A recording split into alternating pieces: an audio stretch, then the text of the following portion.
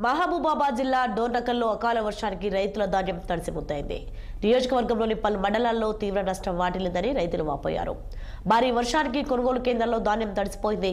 ధాన్యంపై కప్పేందుకు టార్పాలిన్లు కూడా లేకపోవడంతో పూర్తిగా నీటి పాలైంది. ధాన్యం విక్రయించి కూడా 10 రోజులవుతున్నప్పటికీ తరలించలేదని రైతులు ఆవేదన వ్యక్తం చేశారు.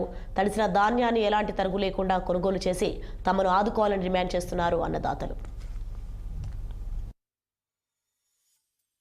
మండలం కాంపేలి గ్రామం మన సొసైటీ సహకార సంఘం సొసైటీలో పోసిన వడ్లు కాటాలైనవి. దాదాపు 75% కాటాలైనవి. కానీ ఈ ఎగుమతి కాక మార్కెట్లో ఉండడం జరిగింది. ఈ రోజు వచ్చిన వర్షానికి కొన్ని వడ్లు తడిసినాయి.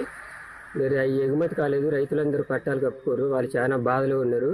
ఈ తడిసిన ధాన్యాన్ని వెంటనే ప్రభుత్వం తొందర మా మిల్లులకు తరలించి రైతుల్ని ఆదుకోవాలని మా కాంపేలి గ్రామస్తులు రైతులు కూడా చాలా బాధలో ఉన్నారు సార్. ప్రభుత్వం వెంటనే స్పందించి ఈ ధాన్యాన్ని మళ్ళీ వర్షం వచ్చే సూచనలు ఉన్నాయి. వాతావరణ శాఖ 3 రోజుల దాకా వర్షాలు ఉన్నాయని చెప్పింది.